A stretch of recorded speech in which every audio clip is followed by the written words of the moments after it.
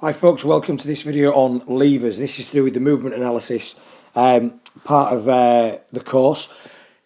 You know, levers questions, you're sometimes going to get them, you're sometimes not. There's general patterns now. When you get a movement analysis question, they'll ask you about, you know, the movement taking place at the joint, the agonist, sometimes the antagonist, sometimes the articulating bones. And then they'll usually follow up with a levers question, or maybe a type of contraction question. Is it concentric, eccentric, things like that. So movement analysis, lever systems.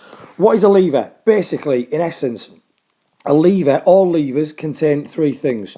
Number one, they contain either a fulcrum or a pivot. It's the same, but I'm going to refer to it as fulcrum all the time. They have a resistance arm. They have resistance, not resistance arm. I'm getting ahead of myself. And they have effort. Okay, in a nutshell, what does that mean? What's the first lever that you probably ever came into contact with? Something like a seesaw. Okay, there is the fulcrum there. The point at which it pivots and tilts is that point there. So that is the fulcrum. Okay, let's say that you're with your mate on the seesaw and you're the one trying to push your mate into the sky. You're the one trying to generate a bit of force. Your friend on the other end of the seesaw is the resistance. So they're the ones that you're trying to move. So they're acting down. And because you're pushing with your legs to get them up into the air, you are producing the effort. So all lever systems have a fulcrum, like I said, the point at which they pivot or move. They have resistance, the thing that's got to be moved. And they have effort, the thing that's producing the force to move the resistance. Okay? Right. In your body, all your joints are lever systems. They all have an effort, a fulcrum, and a resistance. Okay? What we need to know is which joints are which lever systems, because there are actually three lever systems, and we're going to look at each one in turn now. Okay, so the first of the levers is the first order lever system, as identified at the top there. First order lever. Now, what makes a first order lever is the fact that the fulcrum is always in the middle. Okay, so if I was to draw a diagram of a first order lever system, it would look exactly like the seesaw diagram I did earlier on. The fulcrum is in the middle, and it doesn't matter which way around I put these two as long as the correct one is in the middle. So the resistance can be there and the effort can be there. That's absolutely fine.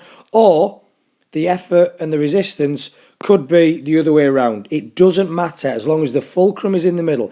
If you are ever asked to draw a first order lever system, that is what you draw. And something I'll say, and I'll keep saying it on every slide. On that first slide, I did F, E and R. I just put the initials down.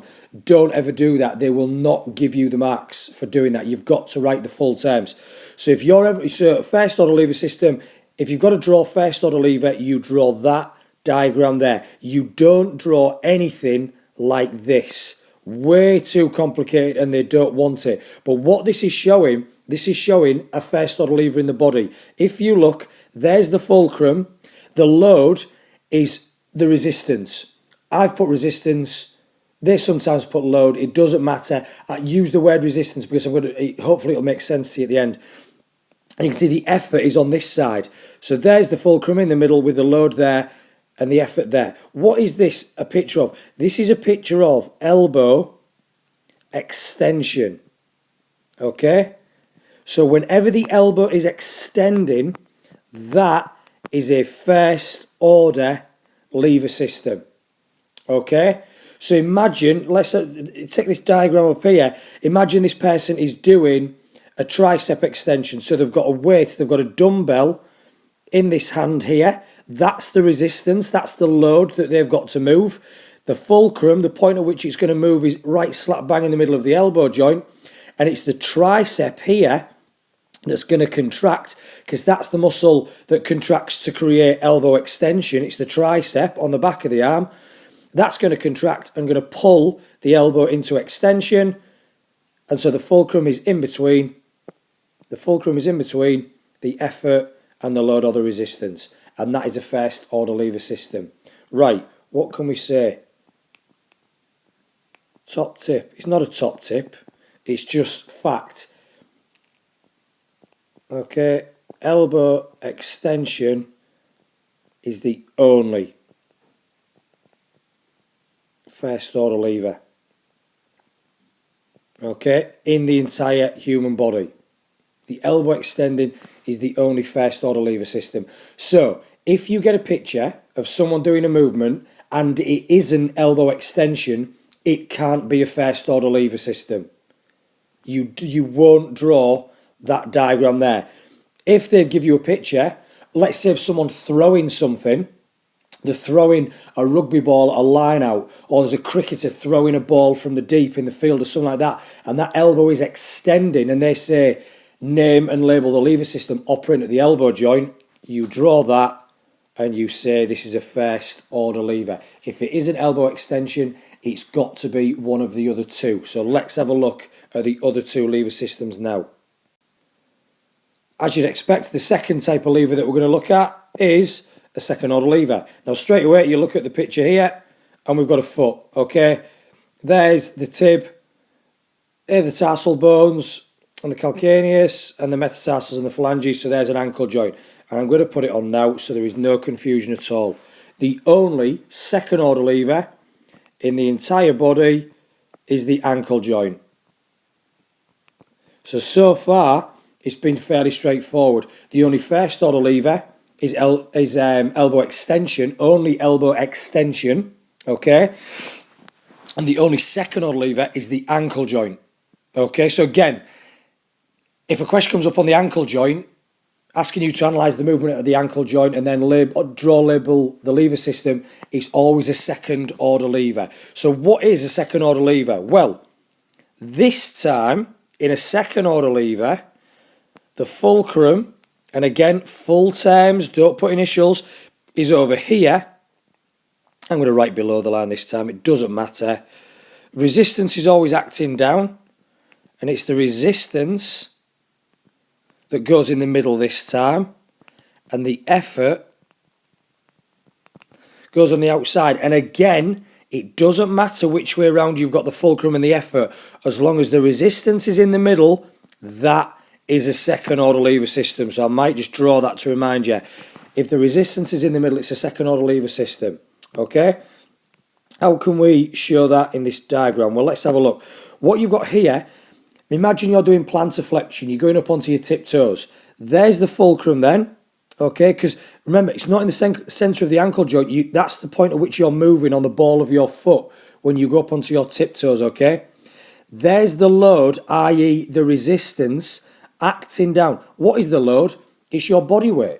Every time you go onto your tiptoes, what are you lifting? You are lifting your entire body weight.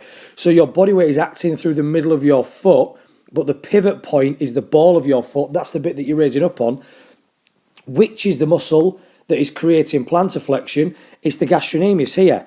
So the effort is being produced by the gastrocnemius, and that's on this side of your foot. So as we can see, there's the load, there's the resistance in the middle, in between the fulcrum and the effort. So the resistance goes between the fulcrum and the effort. If I'd have drawn it properly, look, because I'm a div, I'd have put the fulcrum on that side to represent the exact diagram we're seeing here. But I'm not, because I'm doing this video on a Saturday morning, I've just got up and I'm not thinking straight, obviously. But don't worry about that, you get the point.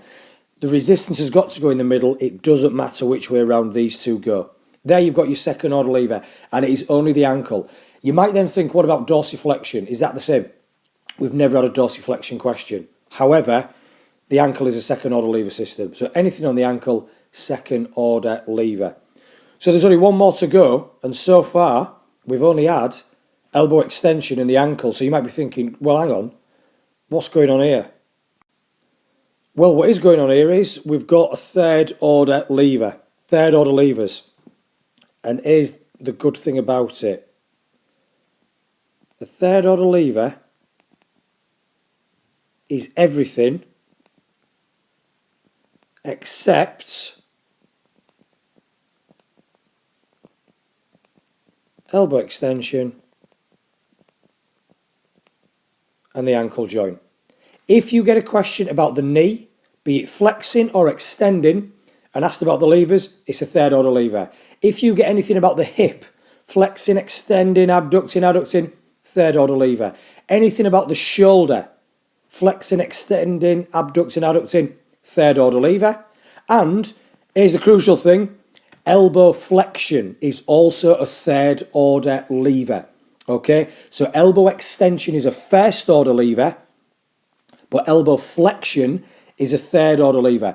Some groups, some years can't get that into their heads. How can the same joint, the elbow joint, be a first and a third order lever? Well, that's why I've kept with the elbow joint in this picture. Just have a look. What has been the rule so far? What makes a lever system is what's in the middle.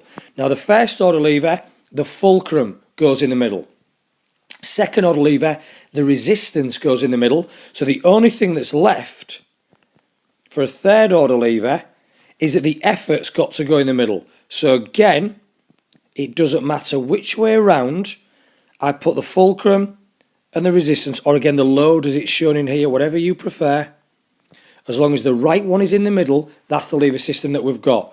So I've drawn it properly this time. I've learned from my error. Well, not an error, but my lack of concentration on the last slide. Look there, there's the fulcrum, there's the effort, there's the load. Elbow flexion, why is that a third order lever, whereas elbow extension is a first order? Think of it this time, let's say I've still got that dumbbell that I used in the first slide there. There's the dumbbell, okay, you can look at it from the outside. That's the load, that's the thing I've got to shift, okay. There's the fulcrum again, right slap bang in the middle of the elbow joint, but remember, elbow flexion is going to use my biceps. My triceps during elbow extension are here on the back part of the arm, but my biceps are in front of my humerus. So that is where the effort is going to come from this time. And the effort is now in between the fulcrum and the load. So that is a third order lever. Okay, so really, really quick, the hard and the fast rules. The only first order lever is elbow extension. The only second order lever is the ankle joint, plantarflexing or dorsiflexing, but dorsiflexing is very unlikely.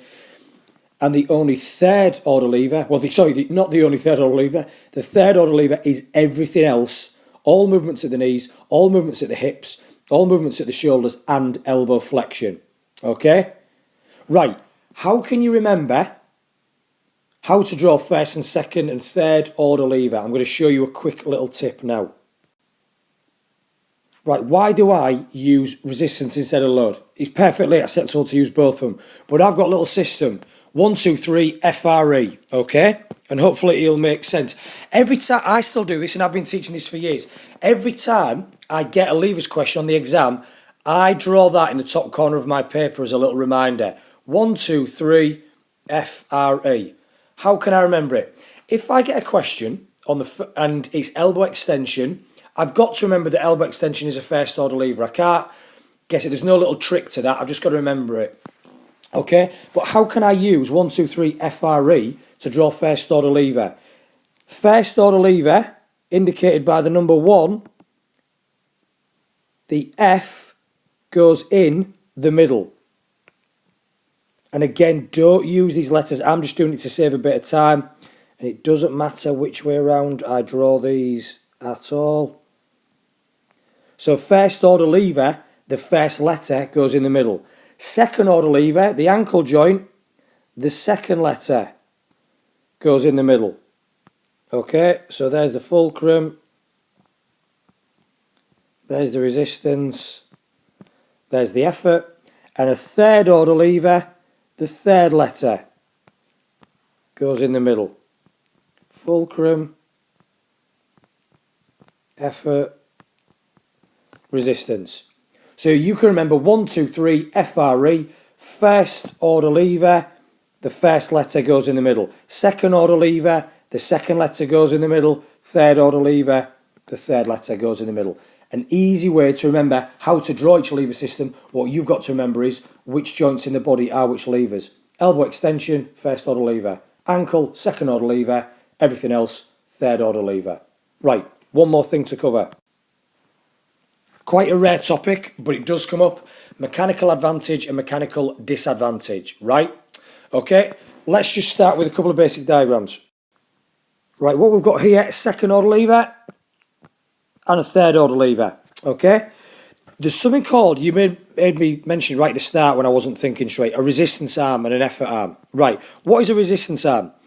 The resistance arm is the distance between the resistance and a fulcrum. So I'm going to call that RA. Now, as you can see here, hopefully, the resistance arm is very long on a third order lever, because remember, the effort's in the middle, so the fulcrum and the resistance are furthest apart. And it's shorter on a second order lever because the resistance is closer to the fulcrum than the effort. Equally, we've also got an effort arm. So if I draw that there's my effort arm. And if I draw that on there, I'll go through those lines. Apologies for that. There's an effort arm there as well. Right. What can we do with this? What is this all about? What does it mean? Right. When you have got a second order lever system, like we have here, I'll just quickly change the colour of my pen. Okay. When your effort arm is longer than your resistance arm, like it is here, there is an advantage to that system. Oops, put my pen back on. There is an advantage to that system. What does it mean? It means you can lift heavy loads with minimum or fairly low effort levels. Okay? Think about it for a second. What is the only second order lever in your body? It's the ankle joint. What has your ankle joint got to do all day, every day? Lift your entire body weight. That one joint at the bottom of your body has to carry your entire... Imagine trying to walk on your hands all day, how tired you'd get. Your ankles are carrying you all day. And it's not because they're used to it, it's because your ankle is the only second order lever system in the body. And when your effort arm is longer than your resistance arm, the advantage is that you can lift heavy loads. Okay?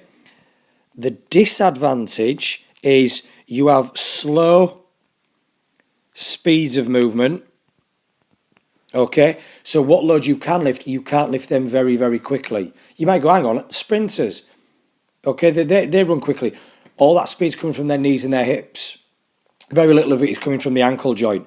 So the advantage of a second order lever system is that it can lift heavy loads, but it can't lift those loads very quickly, slow speeds of movement. Okay? The exact opposite is true down here. Why? Well, this time, the resistance arm is longer than the effort arm. So our advantage here is that we have fast speeds of movement, in essence, and the disadvantage is that we can't lift, apologies for my handwriting, heavy loads. Okay? It's difficult to picture it, it's difficult to imagine it, but you know, anyone who's ever opened a tin of paint with a screwdriver, there's the little bit of the lid that you jam the screwdriver under. If you use the short screwdriver, so you only use so your effort was quite short, you would struggle to prise that lid off the tin of paint, because your effort arm, your screwdriver is short, your resistance arm is longer, and you're not going to lift it off. If you get a nice long screwdriver where you can apply effort far away from the lid, from the tin of paint, you will prise it off much easier. It's that kind of philosophy. We are, as I'm sure you're aware now, the only second order lever in the body is the ankle. So there's only one lever system at the body that can lift heavy loads for relative low levels of effort, but as a result moves quite slowly. That is the ankle joint. Third order lever, don't forget, hips, knees, shoulders and elbow flexion, those joints can all move very quickly, but they can't lift heavy loads. Think about those of you that go to the gym. No, actually, forget the gym. Let's say you weigh 60 kilos, 70 kilos, 80 kilos. Your ankle joints are lifting that every step of every day. And they're not moaning. They're not yelling out in pain. Yet if you try to bench press or shoulder press or bicep curl, that kind of weight, your muscles would be in agony if you could do it at all. So it's showing that our elbows, our knees, our ankles are not designed to lift heavy loads. They're designed to move quickly, whereas our ankle joints are designed to lift heavy loads. Just to quickly finish off on that, You might be thinking, why hasn't he mentioned first order lever systems to do with this mechanical advantage and disadvantage? There's one very good reason.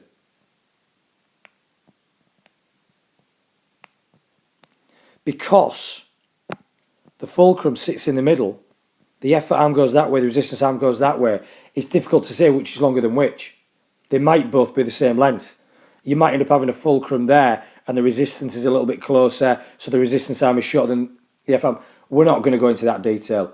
They're not going to go into that detail. Most degree courses ain't going to go into that detail. So the only time we've ever seen a mechanical advantage and disadvantage question, it's been to do with second and third order lever systems. Okay? Watch this video as many times as you need to. Pause it in the right places. Answer the past paper questions. Look at them. Rewind these videos to help you piece it all together. Okay? And it's going to be repetition on this particular aspect of the course that's going to really make it stick for you. Good luck with it, folks.